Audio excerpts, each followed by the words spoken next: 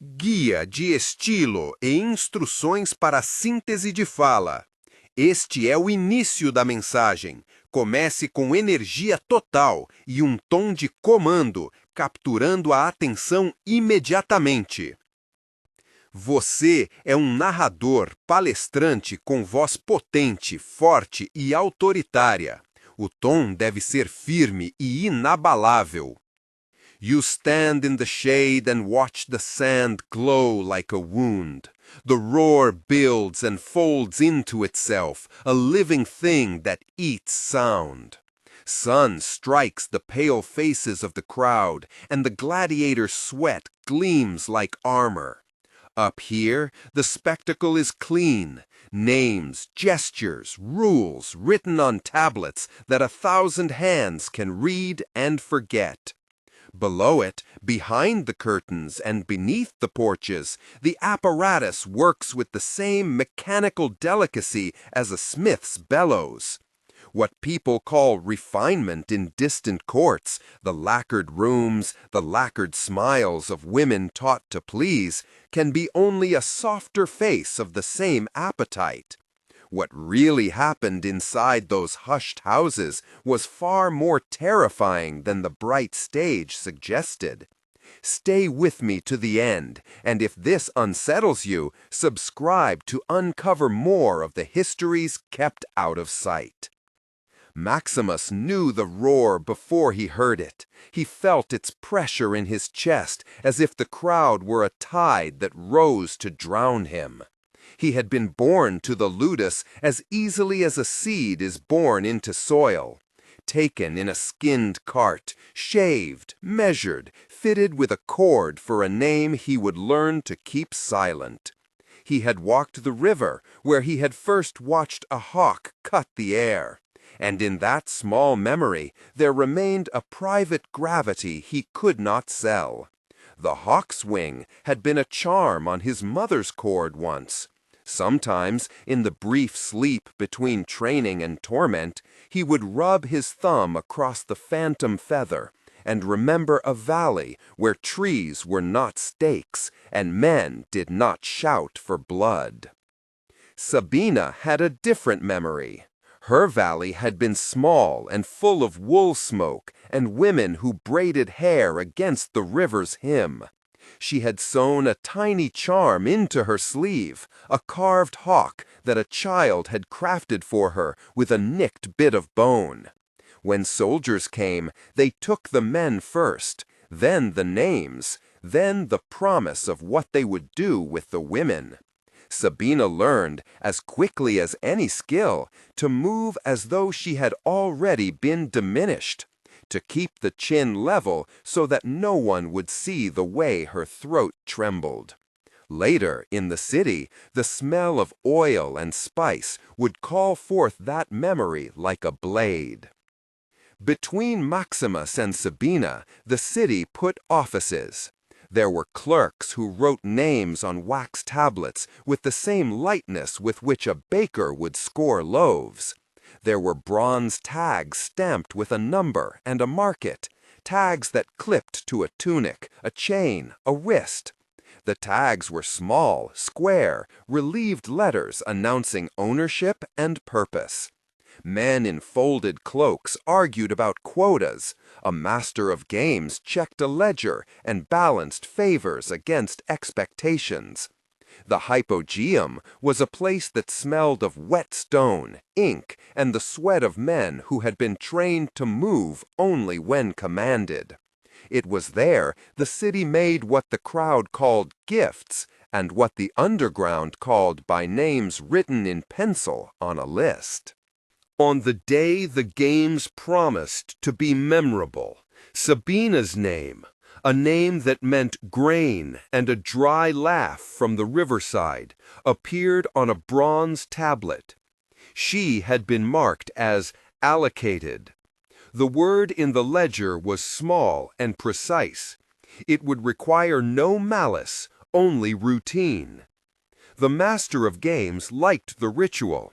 An announcement, a moment of stagecraft, a man in a purple-edged tunic who would read the names aloud and make them into theater. The crowd loved that flicker of human life, as if it were a trinket tossed into the sun.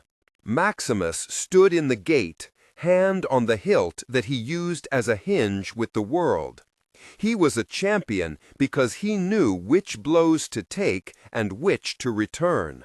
He was a man who had learned to hide the way his eyes softened at a child's cry or a woman's song.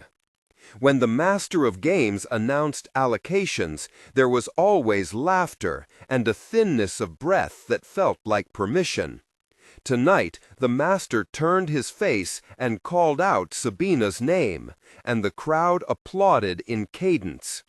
A woman stepped forward, a handler, and took the tag from the clerk, palm quick as a bird. She wore a mask of business and the smile of someone who had learned to make commerce from loss. "Bring her," the master said, and the arena drew its breath. The illusion was complete. A transfer, a prize, the familiar choreography of public display. Sabina stood where the light could find her. For a moment, the world narrowed to the sand and the sun and the voice of a man who read names for a living. What the crowd did not see, and the performance could never show, was the corridor behind the scarred wall. A door opened, and men led Sabina not to the high house with its smiling attendants, but down a stair where the air closed and the light thinned to the half-life of lantern oil. The hypogeum reception was quieter. The stone drank sound. There she passed rooms where the city kept other women who had numbers and tags and ledger entries that promised payments. There were doors that opened to places no one named aloud. Chains clinked, not as acts of cruelty, so much as the punctuation marks of business. Maximus watched her pass. The rules said he could not speak to those marked for allocation. To speak was to be fined. To refuse was to answer for a spectacle the governor would not permit. Yet he could not look away. There was a moment when the training that had taught him detachment slipped like a poor seam, and the humanity beneath the leather stifled his obedience. He had been told, as lads are told, that to be chosen was an honor, that to be instrumental in the entertainment was to be elevated. What he saw in Sabina's eyes was not the acceptance of honor, but the slow closing of a door. When the master of games later presented Sabina at the entrance of the arena, the crowd cheered at the pageantry. She wore oil on her shoulders and a robe that had been washed in scented waters to hide the night's damp. Da guia de estilo e instruções para a síntese de fala. Início das instruções. Você é narrador palestrante com voz potente, forte e autoritária. O tom deve ser firme e inabalável. Contexto de continuidade. A frase anterior era "Shed in scented waters to hide the night's damp." Você está no meio de uma frase pensamento. Mantenha o ritmo e a força vocal sem quebrar a conexão. Haja como se estivesse transmitindo uma verdade fundamental. Contexto. A frase anterior era "Shed in scented waters to hide the night's damp." Você está no meio de uma frase pensamento. Mantenha o ritmo e a força vocal sem quebrar a conexão. Haja como se estivesse transmitindo uma verdade fundamental. The hand that delivered her gave the tag to a scribe who wrote beneath the number a new annotation, a note of transfer. Papers moved like shadows. A guard's fingers closed around the tag and passed it along. She belongs to the public now, the master announced with the slick comfort of men who make rules out of performance. The city provides. The house offers entertainments for those who would pay and for those who would not. Maximus did not move. He did not lift his arm. He let the command hang in the press of noon and refused. Silence in the arena was different from silence elsewhere. It arrived like a sudden absence in a song. At first, the mutterings were small, a ripple of disbelief. The crowd, trained by shows to accept spectacle as natural, did not know whether this was another trick. The master laughed, calling on the scribe to remind the champion of his duty. The trainer came forward, face like a ledger hardened by years. "Step forward," said the trainer. His voice was precise, like a stylus scratching wax. Maximus looked at the man and then at Sabina, whose hand had folded around the hawk charm stitched into her sleeve. He thought of the river, the hawk's angle, and the long years of being commanded to make his body into theater. He thought of the ledger, the tags, and the clerks whose hands erased names with a neatness that made cruelty more acceptable. "I will not," he said. It was a small sentence. It carried the weight of a stone. The trainer's mouth opened as if to speak, then closed. The guards drew nearer. The master of games put on the face he used to demand obedience. "You are here to obey," he said. "You were purchased, trained, raised. You appear for the people's eye. You do not refuse what the city has decreed." Maximus's refusal was not a speech. He did not rally slogans. He offered nothing to be turned into a spectacle. He simply, by that one simple denial, refused to be the instrument of Sabina's erasure. The ripples were immediate. Other gladiators, taught to read the room as well as the opponent, shifted their weight. A murmur moved like wind across dry grass. People began to question whether obedience was so automatic after all. Those who ran the games understood spectacle not only as performance, but as an economy. Allocation was currency. Women assigned to entertain were part of a ledger that balanced between profit and pleasure, between public ritual and private transaction. To allow a gladiator to refuse would be to reveal the seam where their comfortable garment was stitched. So the mechanism they had perfected, paperwork, tags, scribed notes, chambers of reclassification, sprang into motion. A scribe ran for wax, another for an official that would turn this refusal into an exception that proved the rule. The Senate's bureaucracy was slow but precise. Guia de estilo e instruções para síntese de fala. Início das instruções. Você é um narrador, palestrante, com voz potente, forte e autoritária. O tom deve ser firme e inabalável. Contexto de continuidade. A frase anterior era: "The Senate's bureaucracy was slow but precise." Você está no meio de uma frase ou pensamento. Mantenha o ritmo e a força vocal sem quebrar a conexão. Haja como se estivesse transmitindo uma verdade fundamental. Você está no meio de uma frase barra pensamento. Mantenha o ritmo e a força vocal sem quebrar a conexão. Haja como se estivesse transmitindo uma verdade fundamental. So the lex captivitatis appeared, a decree whose language was polished and bureaucratic, written with the cold cunning of men who knew how to make reform look like mercy. Its lines promised oversight, restrictions on certain allocations, a formal registry for women designated for public satisfaction. It called for privacy safeguards, catalogs, and medical checks, words that smoothed what would otherwise be seen as barter. The law spoke the language of dignity. It read like a salve. In practice, its clauses made it easier to class people into new categories and to hide the things that would trouble the crowd. Sabina learned the law's language in fragments. Men came to the hypogeum with an official air and a sheet that spoke of protection.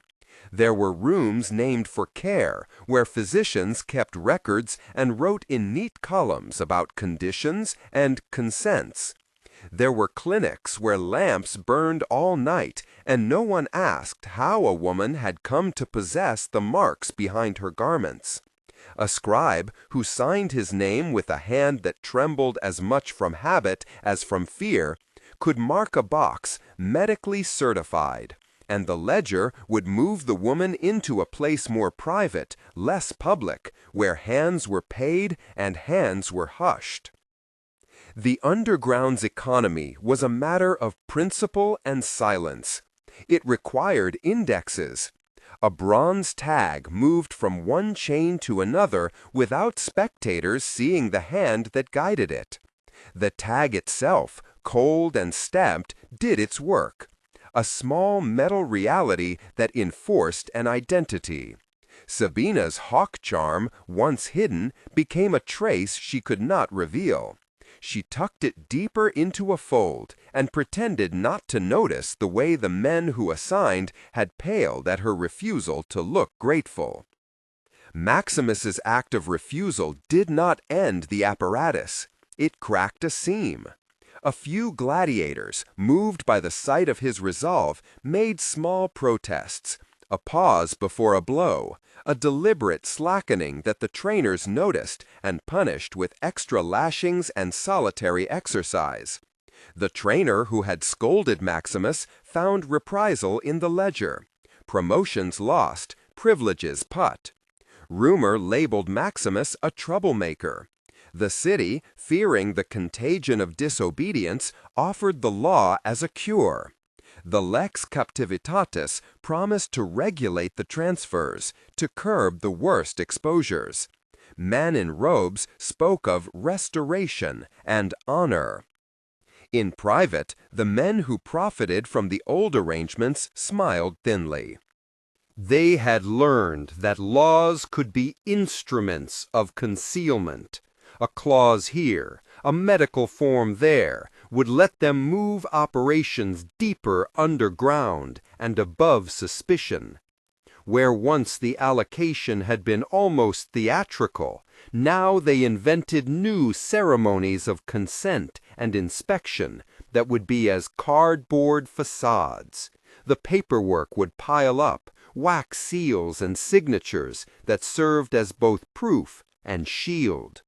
If someone asked about the missing names, a clerk could hand over a thick ledger and point to an annotated column that read "reclassified," a bureaucratic phrase that absolved as it obscured.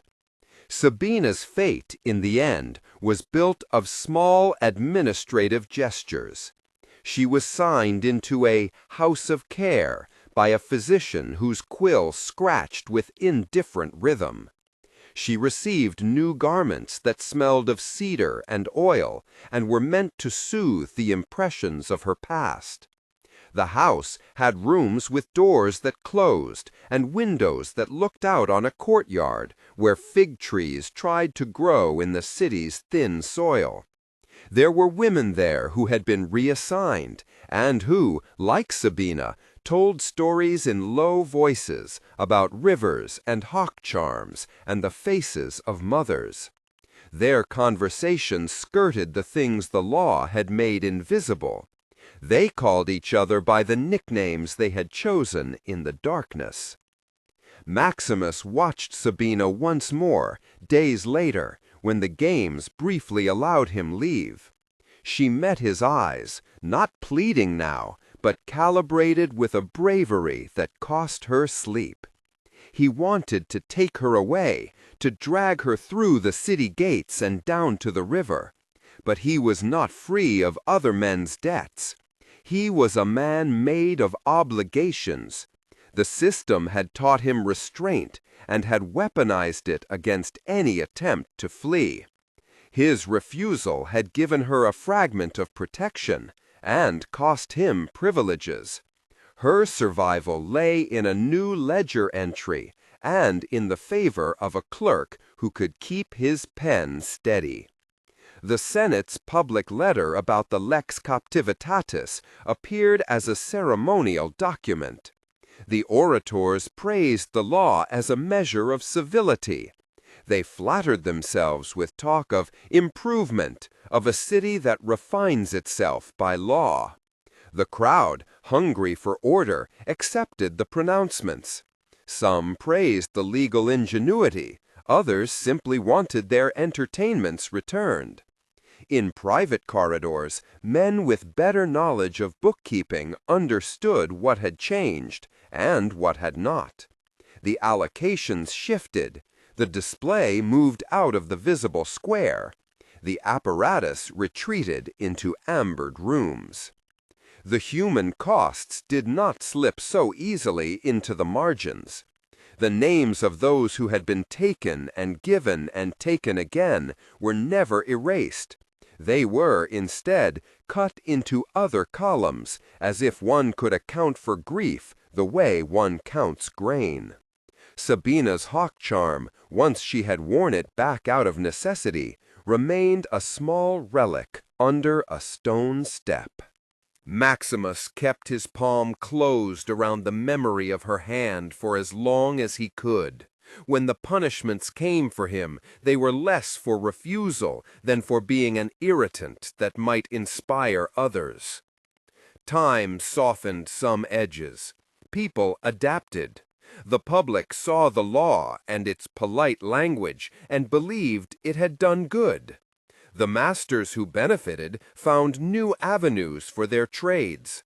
The crowd continued to cheer when the sand was red and the sun made the spectacles shine. But the hypogeum's doors swung inward, and secrets persisted beneath the city's skin. Where there had been the open face of allocation, there now stood an impenetrable privacy. Where once a woman's tag might glitter in public, now it slid into the palm of a clerk who signed with neat strokes. Maximus's refusal had been a crack in the city's polished armor, enough to let light into a gutter, enough for people to see the rust. It did not topple the apparatus. It did, however, make the machine change its gears. The Lex Captivitatis dressed cruelty as care. The law wrapped itself in the soft rhetoric of protection, while the underlying economy shifted to structures designed to appease sight and soothe conscience. Sabina's last memory of the valley came in fits. She could make the hawk fly in her thoughts and let its shadow pass over her like a promise. Once she made the attempt to count the cost of her survival. That a woman could be inventoried and then named, reclassified, and it would be called compassion. She learned to keep certain days, the days when the light in the courtyard was right, for herself. In those hours she braided hair and hummed the old songs, small rebellions that no law could fully annex. The closing of the games that year felt to some like an ending. For others, it was merely a change in choreography. Maximus returned to the sand, but carried a new weight behind his ribs. Knowledge that the city's kindnesses could be instruments. Sabina lived with a ledger entry that claimed to protect her as she carried the private grief of the missing men and women who had been assigned to rooms with soft lights and hard rules. The hawk charm remained, tucked into the hem of a garment that could not be read by a scribe. Later, when senators spoke of reform, they did so in the soft voice of men who knew how to make violence respectable. The law's name, lex captivitatis, sounded like order and mercy. It was, in effect, a language for preserving the face of the city while moving what it preferred not to see into shadowed rooms with licensed physicians and signed papers. The machinery of trade went on. Tags, ledgers, private houses. The spectacle continued in the sun, and the dark worked as before, its cogs trimmed by inked phrases. If the city had a conscience, it was a brittle thing, made of performance and statute and the clink of coins. The people who loved the games loved them with a hunger that could excuse many things. Those who profited from the underside learned to call their bargains protection. The ones who sought to resist, Maximus among them, discovered that a single refusal could be heard like a bell only if someone else chose to listen. In the end, the story does not offer tidy justice. It gives, instead, an account of how systems conceal the very cruelties they profess to remedy. Sabina's dignity survived in fragments. Maximus's courage in the small stubbornness of a man who would not hand another human being over for theater. The law that was meant to soothe public outrage became a varnished shield for the men who would continue their work behind closed doors. The keystone is this: reforms that change the face of a practice without touching the mechanisms that enable it will preserve harm under new names. A bronze tag is only a symbol until someone follows the path it marks. The hawk charm, small and bent, taught those who kept it that memory mattered. It is the small things, a withheld hand, a word refused, a charm folded tight against the heart, that keep some part of the world truer than the laws that would polish cruelty into civility. Outside the arena, the city moved on. Inside, things had shifted. People who read only the polished texts of the lay captivitatis could call it mercy. Those who watched the hypogeum doors knew better. And the memory of Sabina's eyes, the hawk's shadow across the river, and the moment when Maximus refused, these remained, stubborn as stones in the riverbed, shaping the water around them. The crowd would forget in time the names the ledger had once written in a hand that trembled. But if you stood in the shade and watched the sand glow like a wound, and if you listened to the sound of men who thought their own civility enough, you would know the truth that law and performance can hide. Cruelty adapts. It dresses itself in statutes. It moves to quieter rooms. It waits, patient as a net. And every so often a man or woman resists in a single simple act, so that a light might fall into a crack, and someone else might see what is usually kept out of sight. In the market weeks later, when figs were still warm from the sun and the shouts of vendors braided with the thrum of sandals on flagstones, Sabina moved among the stalls as if she belonged to the ordinary business of the city. She bought a length of cloth, small coins exchanged without ceremony. She let children run past her skirts and did not turn her face when a paunch-faced official passed with a retinue. To look at her was to see the ordinary endurance of the city. A woman who kept a small household, who tended to a window garden of herbs, and who hummed under her breath the old songs when she needed dough. Yet the hawk charm, folded into the hem of a garment, reminded her every hour that the ordinary and the terrible lived side by side. Maximus, when he was not summoned to the arena to reenact courage for the crowd, took work that did not make him notable. He repaired tiles, shifted crates, carried water. The weight behind his ribs did not leave him. Sometimes it made his hands clumsy, and then again precise, as if memory itself had steadied his fingers. He taught the boys who followed him how to weave a cord so it would not snap where a knot must bear a burden. He spoke little of the law and less of the games.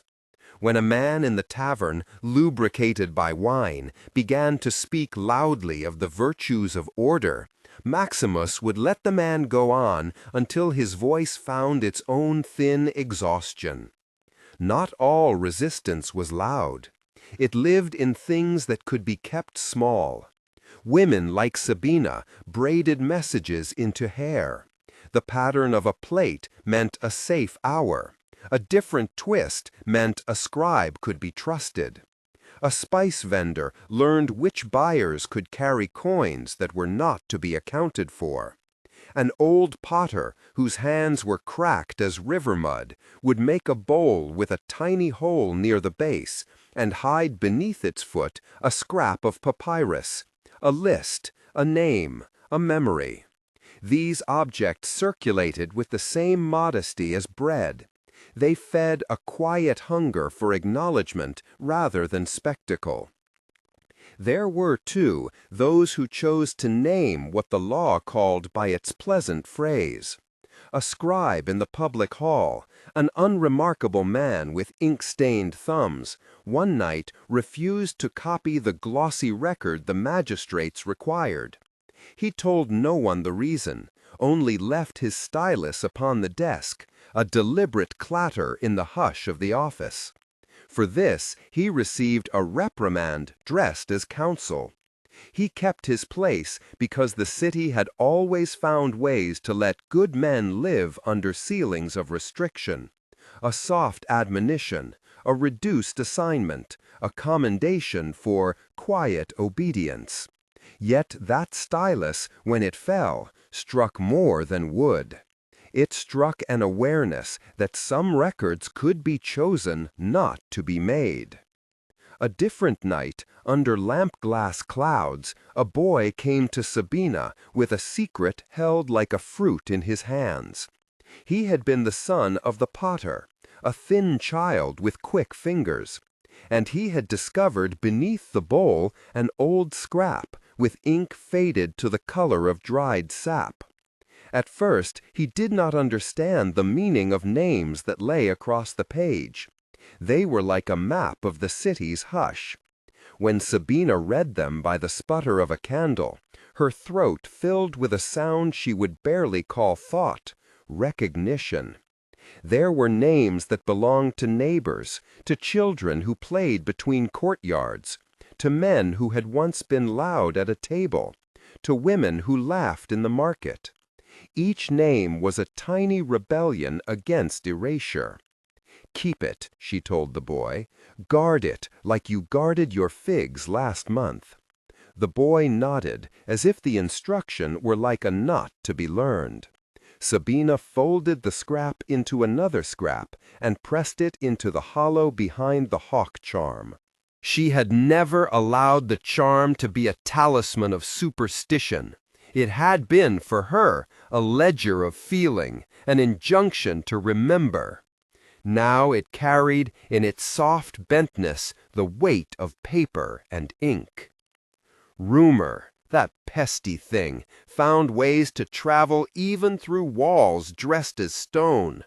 The senators who spoke of reform still spoke with gilded mouths. They trimmed the language and polished the phrase, and the crowd loved what looked like compassion. Yet whispers ran faster than proclamations. Someone in the marketplace began to speak of names found tucked into clay pots. Someone else saw a scribe linger too long at the temple gate. The murmurs hardened into a question. Who had the right to hide a person from the world and then call that hiding mercy? A young woman, not of Sabina's circle, but moved by the same uneasy tenderness, began to collect those small artifacts, a ceramic foot, a braided hair, a folded scrap. She was a weaver of plain cloth by trade, but her hands learned to hold memory as if it were a thread. With each object she received a story, and with each story she added a stitch. A catalogue kept by a woman who would not let the city forget. She sewed the names onto a strip of plain linen in a row, so that when unrolled it would be a kind of ribbon of remembrance. She worked by night by the pale window, and by day she entered the market like a woman who sold thrift and received gossip. On days when the sun made the river a strip of hammered metal, Maximus would meet her by chance or by plan at the stone bridge. At first, their talk was about weather and the price of grain. He noticed, in the smallness of her fingers, the habit of holding a needle with a kind of gravity. She discovered that his voice softened when he told stories of raids he had not taken part in, stories he would not speak of before the crowd. He learned her name slowly. In a city, one could be careful with what one gave weight to. The hawk charm sometimes warmed beneath his palm when she looked at him across the river. He did not always speak of courage. He showed what it was to sit with another person's sorrow without trying to fix it with speech. The law continued its ceremonies. Once a year, under a canopy of laurel, magistrates declared the success of the reforms and read out phrases that pleased the proud and the comfortable. The crowd applauded, and veterans of the games drank and sang. Yet within the hypogeum, doors opened less to the sand than to dim corridors lined with careful men in careful clothes. There, the work of the city's hidden justice went on, wearing new titles and softer tones. Sabina's list, the ribbon of names, the scribe's unfallen stylus, these were small intrusions into the machinery. They were not overturning it. They were merely inserting the notion that the engine contained living things.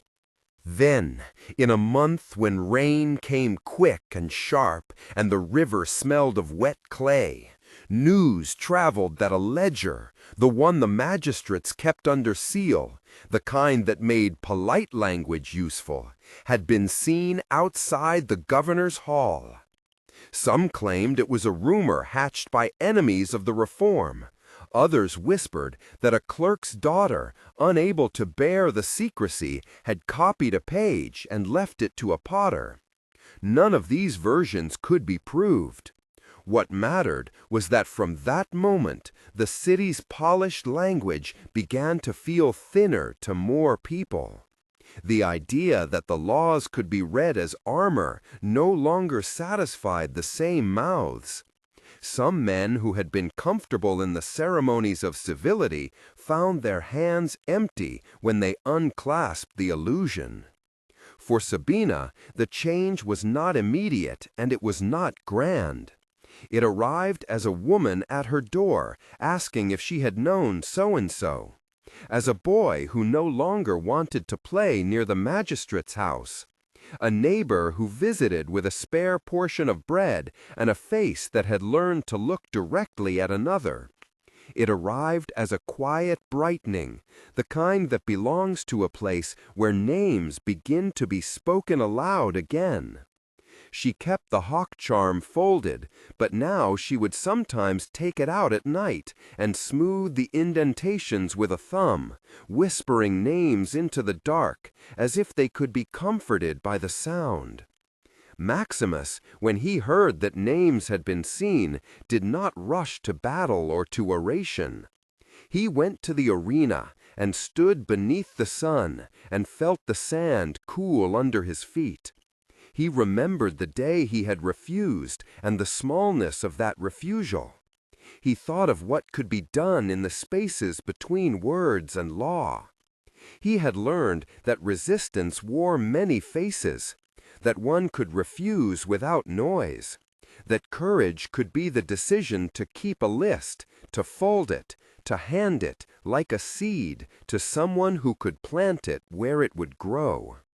The true turning, if it was to come, would not be a single moment of thunder. It would be 1,000 tiny reckonings. A scribe who kept his stylus falling. A potter who trusted a child with a scrap. A weaver who made a ribbon. A woman in the market who stopped pretending she believed the gloss of Lex Captivitatis.